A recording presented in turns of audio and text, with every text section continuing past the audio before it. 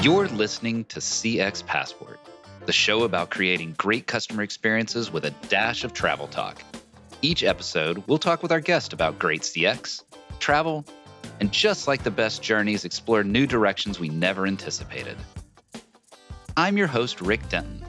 I believe the best meals are served outside and require a passport. Let's get going. Okay. You realize you need to interact with a company. Maybe an order didn't show up. Maybe you need some help with a new product. Immediately, your stomach sinks, knowing you're about to enter a world of confusion, long wait times, repeating your information to multiple people, authenticating by telling what is the first ever concert you brought your first pet to at your elementary school on a Tuesday when it was raining but also sunny. What if it didn't have to be that way? We know it's already a better experience than that for many companies, but there's still a massive opportunity ahead of us. Enter Ido Bornstein HaCohen, CEO of Conversocial, recently acquired by Verint. Ido is on a mission to build exceptional conversational experiences and create a world where the dystopia I described before never happens. I'm eager to get Ido's perspective on customer experience in a digital environment and delivering a customer service and really an overall customer journey experience that makes customers want to engage with a brand. It's going to be fascinating today. Ido, welcome to CX Passport. Thank you, Rick. Much appreciated. Well, let's start general. You've been in this field for 20 plus years. How have you seen engagement between a customer and a company evolve? What are our expectations as consumers? And on the flip side, what are brands looking to deliver to those customers? Yeah, so, the customer engagement space has really evolved over the last 20 years quite substantially. Our expectations as consumers have changed. The way that we interact with our friends and our families has changed as well. And we kind of expect the same thing from the companies and the brands that we interact with. We don't want to go through all of those questions as we're starting to interact with a brand. We want it to be seamless. We want it to be easy. We want it to be proactive. So, if I had to choose just one word, Rick, that would describe like the biggest change that is happening within the customer engagement space is, I would say that it's the move from being reactive as a brand to being proactive as a brand. That makes some sense to me, right? So as a customer, I'm fine if I have to give you information and you react to some of that information, but I'd rather you know it ahead of time. I'd rather you be able to, preempt some of my concerns. Preempt some of my concerns, but certainly be aware of them and head them off at the pass as we're getting into that. And I can see how that has changed over time, right? Imagine 20 years ago, right? When you were getting started in the field, it really was something broke, something is awry. I'm going to call and get clarity, over the phone from this particular individual that happens to be the expert in that particular space. So, I was thinking about this. I was reading a LinkedIn post. Now, it really was more of a rant, and I've been guilty of those too, that said our field, and specifically talking about kind of customer experience and that area, we're not spending enough time trying to unblock customer service. They were saying they were hoping to see customer service be as simple as having a conversation amongst friends, be it, text or social or a phone call if needed. And I know you spend a lot of time and effort working to do just that. So making the customer to company conversations exceptional as if they were talking to a friend. How are you going about that? So, it's all about making it more of a conversation. And, one of the things that seem very unnatural for us as consumers is that, every time we interact with a brand, it feels like a totally different company that we're interacting with. Mm-hmm. And the reason for that, is because of the fact that a brand is represented by a multitude of people, right?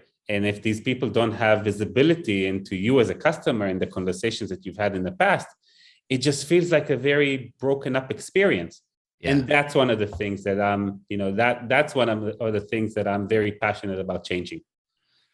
I hear that, and I think of when I've interacted with a brand, and there's that kind of transactional approach. Like I feel like each engagement is a new transaction. You're describing this conversational element.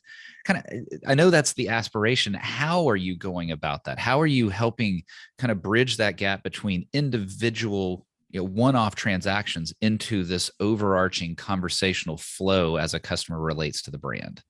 So I think you need to think about the journey. Okay. And you need to think about the journey that the customer is going through. And you need to have connection points within that journey. And you need to have continuous, it needs to be a continuous journey, right? It shouldn't feel like it's a broken up experience. Because if it does feel like a broken up experience, you're just going to move to a different brand. Why should you keep on buying from the same company if every time you buy for them, it feels like, it's the first time you're actually buying from them? So my mission and our mission, both at Conversocial and now at Verint, is to really make that engagement seamless, right? We want to make you, Rick, feel like every time you're talking to a brand, it's basically a continuous conversation. They know you. They know what you need. They can anticipate your specific need, even if it's a transactional thing.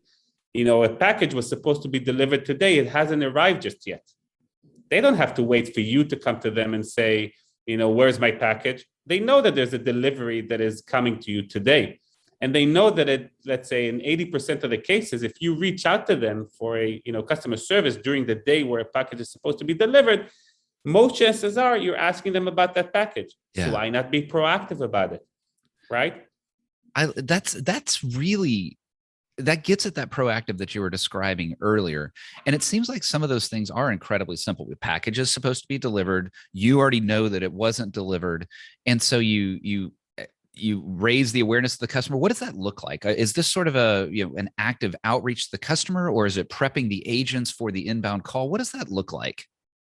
So this is where it becomes really interesting, because this is where, we see automation and humans within the contact center and just, people who are representing the brand. We see it all come together. Yeah. And our goal is to be able to provide these people with the visibility that they need and the systems with the visibility that they need. Let's humanize it for a second. Let's say that there are, automated conversations, or chatbots and so on are, part of our human infrastructure. Right. We want to be able to provide these people and to provide the bots with the ability to actually be more proactive around those conversations. Mm-hmm. In some cases, some brands might elect to be more proactive around it, sending you a message, letting you know that your package is going to be arriving today. So basically being, even more proactive than in some cases needed. We are seeing it, by the way, in the services industry, like utilities specifically. So, if there's a power outage, you want to be proactive. You want to let your customers know about that, right? It doesn't necessarily have to be the same when it comes to retail. You don't necessarily have to be proactive around when the package is going to be arriving. But if you, Rick, reaches out to the brand during that day, you want to be proactive by saying, Rick, are you reaching out to us because you want to know where your package is at? Yeah. Just think about, the level of, connection that you would have to that brand. They know you, you have a relationship with them. That's one of the things that draws us back to, to keep on working with these companies, to keep on buying through these companies, right? Now, one of the things when you look at some of the studies that have been done in the past about really what frustrates people and what decreases loyalty, one of the main things that was found is that if you have to repeat yourself, right? Yeah. Level of anxiety goes up, frustration goes up, more than anything else. We have all, as customers, experienced that pain. We've experienced it not only in engaging with a brand across different times and different moments, but that we're, the one we're talking about here, that it's on the same call or the same contact moment of, I already told you this, you should know this information. Please don't make me retell my story, my pain point, or even just my transactional request, or just the information about who I am. I love your power company example. As you know, I live here in North Texas, where Texas experienced just that ungodly week plus winter storm that completely shut us down. We lost power for weeks.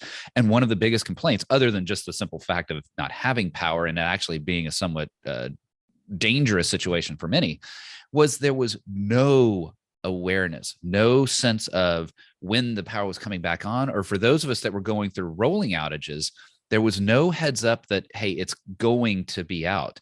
There are many instances of, you would be trying to do some activity, be it cooking, be it cleaning, do it, whatever it was, and then the power's gone. And had there been that sort of notice of, hey, in 15 minutes, the power's going out, then there would have been a lot simpler.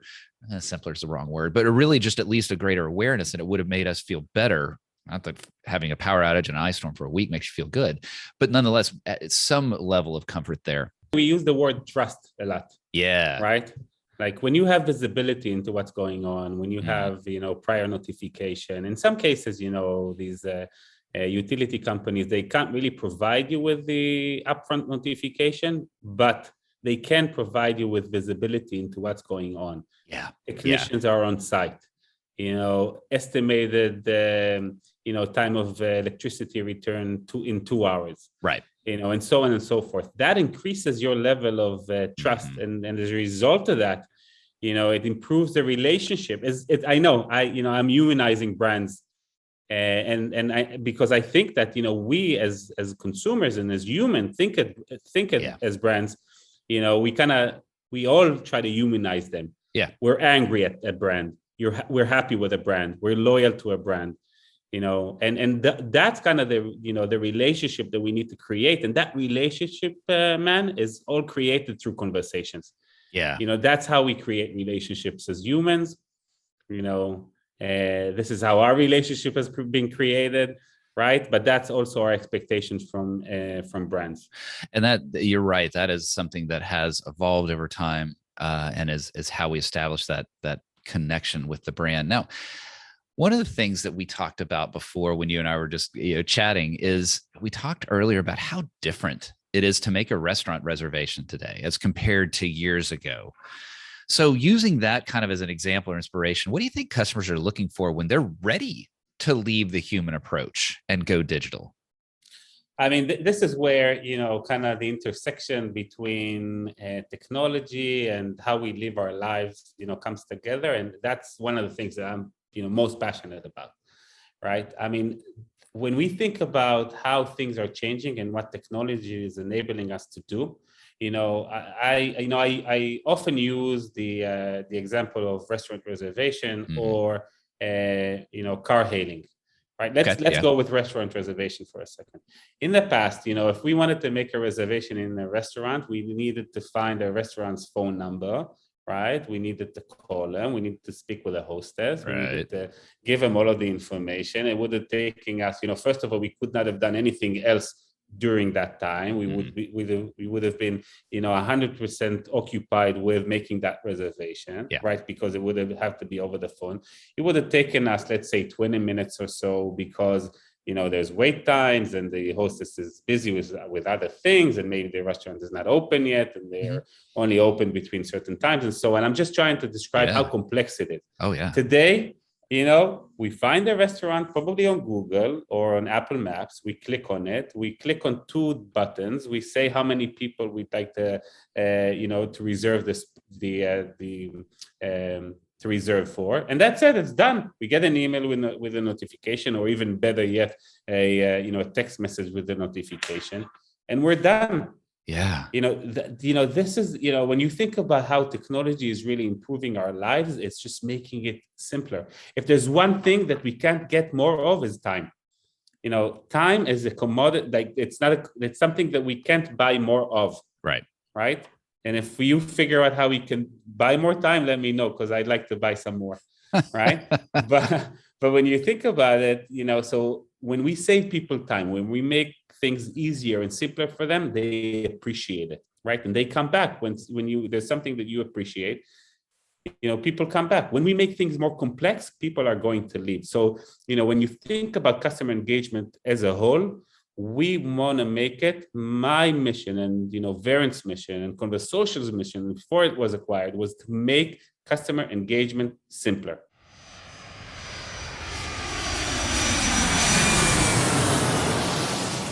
Love that focus on simplicity. I think we're going to do a little simplicity here, right? So a little change of pace here. I'd like you to join me in the first class lounge. We don't have, we're not in a zone that time doesn't matter. So we actually can pretend that this is a moment that we do have a little bit of time to kick back and relax and just enjoy the simplicity of that first class lounge. So let's have a little fun here. What is a dream travel location from your past? Thailand has always been, one of our favorite places to go to, the islands, my kids, I've got two boys, my kids and my wife have always, and myself, we've always thought of Thailand as like the perfect destination. We had a holiday there when the kids were really young, and it's one of those places where we've always wanted to go back to. It is a beautiful place, and the food is some of my favorite in the world. The islands, the culture, absolutely phenomenal. Like as a destination, as a vacation destination, one of my favorites. It is a wonderful place. What is a dream travel location you've not been to yet? So Morocco is one of the I'm originally from Israel. And there's a lot of similarities in cultures, from food to the way that hospitality and guests are treated, colors. I'm just, that's one of the areas that I have always wanted to visit, and eventually it's going to happen.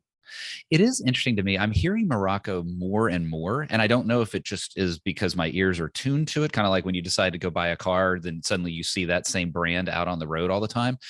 But I'm hearing Morocco more and more. It is a destination I would love to get to. There's just something almost romantic about the thought of Morocco. Like you said, the food, the smells, the sights, the vast desert when you're in that, and when you've left the cities. I like that. It's on my list as well. You and I have talked a lot about food already in the First Class Lounge. So what is a favorite thing to eat? I love eating meat. Oh, yeah. In all its forms and all its cuts and everything. I love, just plain steaks, hamburgers, barbecue meat, whatever. I mean, whatever piece it is, but, I'm game. So. Well, you're talking to a Texan, so clearly meat is near and dear in my heart.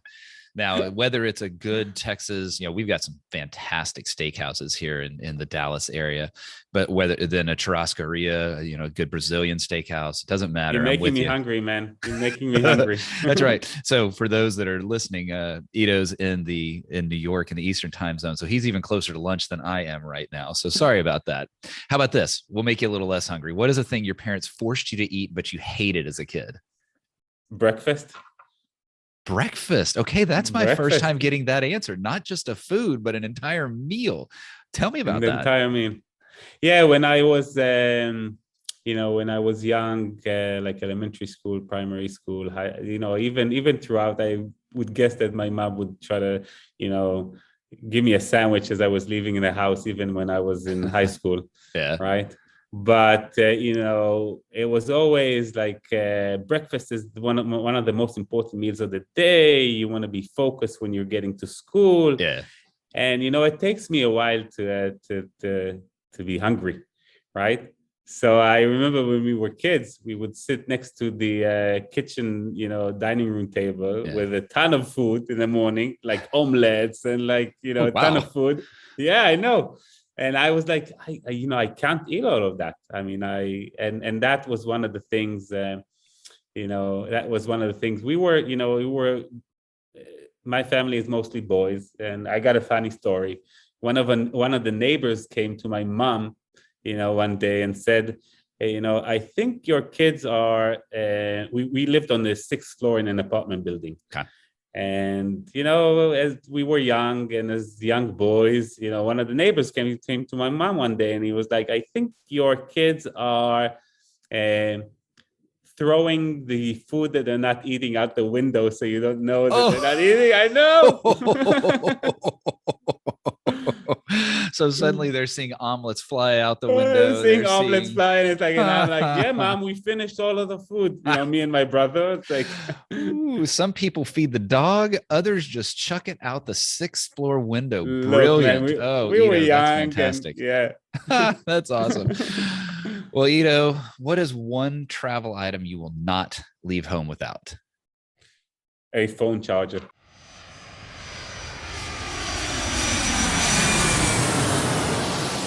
Ido, let's stay with travel a bit. You and I share a very similar philosophy around travel and how that's a vital part of raising a family. So I just want to kick back. What are some of the travels you've done with the family, and how has that shaped their growth? So I love traveling with the family. They're the perfect travel companions. I've got two boys. One of them is in high school. One of them is in middle school. They've always loved traveling. Awesome. And my wife and I noticed that when we travel with them, they're much more open to things that they're not open to when we're at home. Amen. Like my kids are pretty picky eaters, right? So they've got their certain types of food that they like, and things that they do not like. And we're at home, they're very stringent about that. But when we travel, they try everything, man. Like their palates open up, and they kind of think about, like, they're willing to almost try everything. Oh, I love that. So that's one thing, and I've always thought that food is a amazing gateway into civilizations and different cultures and so on. It tells you so much about the culture when you can when you taste their food, and it really is a window into societies. So that's one thing. The second thing is they become much more, like, they're friendly as it is, but they become even more friendly and more curious when we travel. They feel more comfortable talking to people and asking them questions and getting to know them and other travelers and so on. So it just, I find that travel really opens up your curiosity. Yeah. It really, shows you things that you have not seen before, have not experienced before. And it gives you a different perspective about life. Yeah. So, travel is like one of things that I love the most. Well, and you mentioning taking the family to Thailand earlier, the openness, I definitely feel that when I've taken my family, and when we've gone as a family and enjoyed that. It is amazing how that and I think that's why a conversation around travel and customer experience often goes hand in hand, and customer service is so much of that is being empathetic and understanding others' perspectives when you enter into any sort of moment inside a customer's journey. And those of us that have had the opportunity to travel, I think that openness and that willingness to consider other perspectives becomes easier because of what we've seen out on the road. So let's stay in that vein, going back to kind of the customer service a bit. So we've talked about connectivity to the customer across these multiple channels, be it phone, be it text, chat, even their social media. But there's a blessing and a curse in there. There's a blessing in that, my goodness, we have so much information about the customer. They have told us so much in so many channels that we know, or I guess I should say, have the ability to know so much about what they need and desire.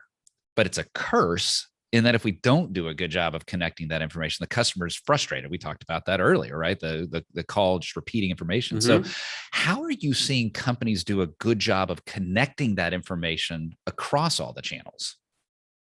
First of all, I think it's a must. Right. You got to connect all of the channels. As a brand, you really have to think about the way that you're engaging with the customer in a holistic way, across their journey. And I would even go as far as saying that you need to think about them not as somebody who's coming to you for a customer service case, right? Which is something that we as brands invented just to make it easier for us to manage those customer interactions. Right. But moreover, we need to realize that, people who are reaching out to us might have different needs at the same time. So, they might have a service question, but then they'll jump into a marketing question. Yeah. So, you need to be able to manage that seamlessly. The first thing that you have to do is you have to look at your it starts with, first of all, reporting. Even if the channels are totally separated, start by connecting the insights around those channels and the reporting around those channels, right? But the end goal for every brand should be to be able to switch between channels seamlessly without the customer feeling it. Think about it this way. You're calling a brand, right? Right. Now you realize that there's another podcast that you have to record and you've been on hold for 30 minutes. So you have to or let's say you've provided some information just to make it interesting. But now you have to hang up, right? And you have to go back to that conversation again. Let's say you elect to go back to that conversation via, let's say, chat or via, messaging, let's say WhatsApp. You want to utilize WhatsApp to go back to that conversation.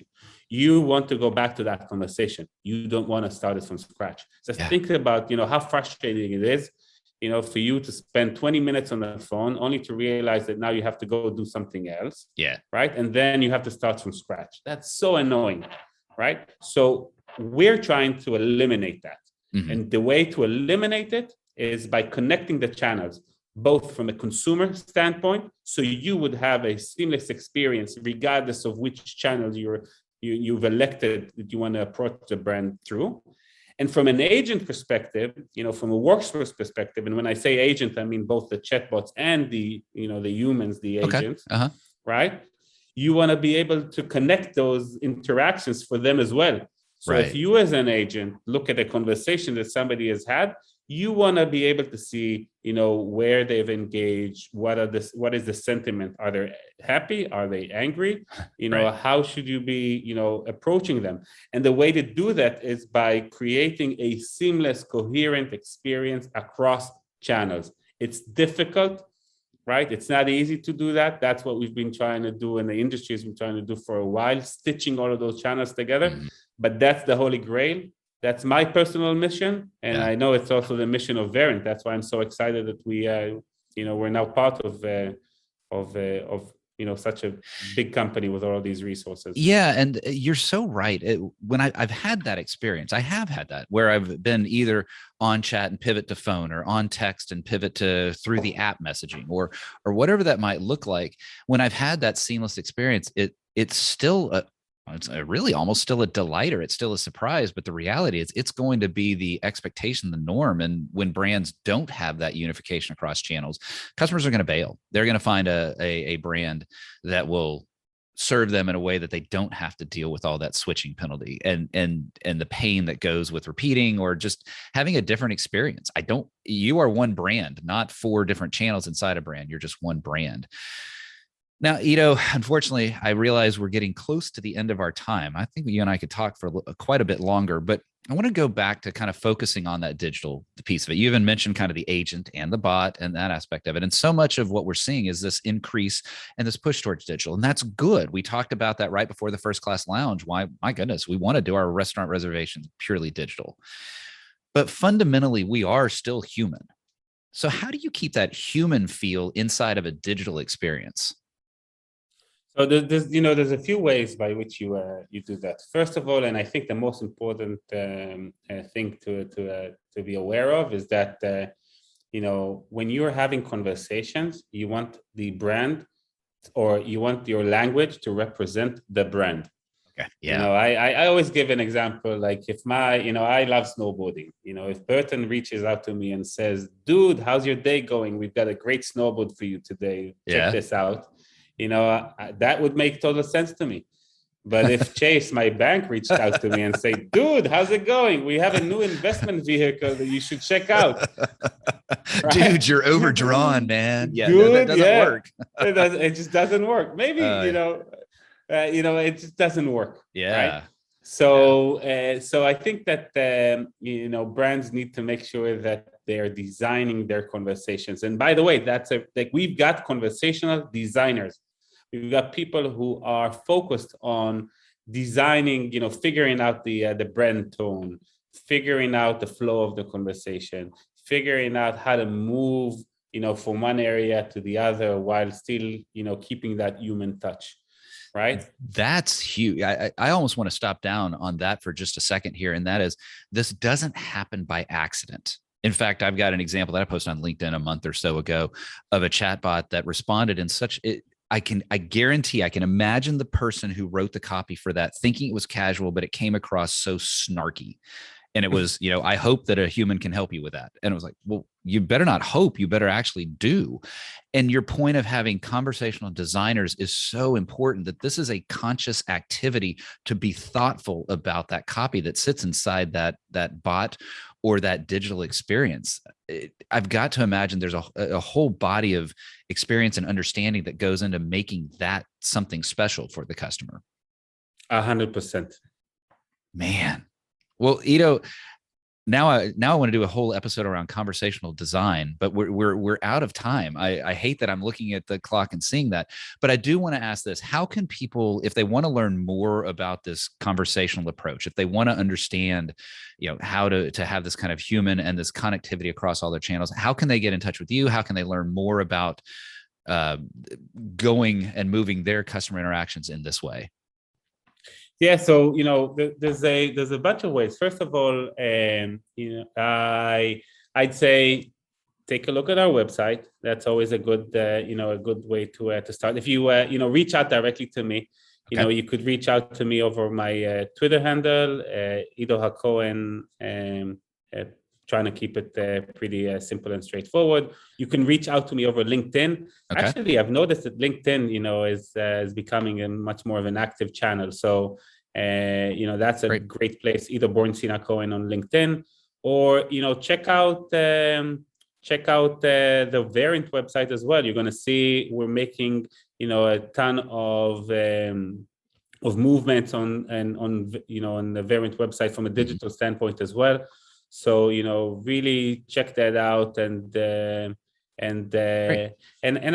also speak in multiple events. So there's actually an event that I'm going to be speaking with in next week. So yeah, well, this is good. So I'll make sure that all of that shows up in the show notes, so that anyone listening here, just take a look at the show notes and you'll get all of those, the Twitter handle, the LinkedIn, the websites, all of that.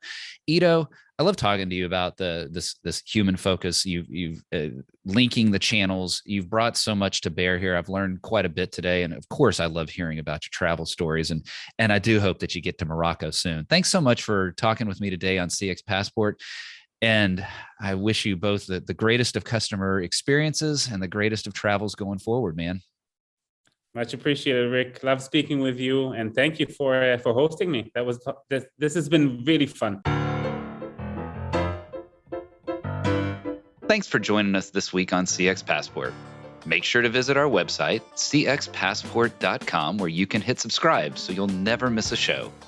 While you're at it, you can check out the rest of the EX4CX website. If you're looking to get real about customer experience, EX4CX is available to help you increase revenue by starting to listen to your customers and create great experiences for every customer, every time. Thanks for listening to CX Passport, and be sure to tune in for our next episode. Until next time, I'm Rick Denton, and I believe the best meals are served outside and require a passport.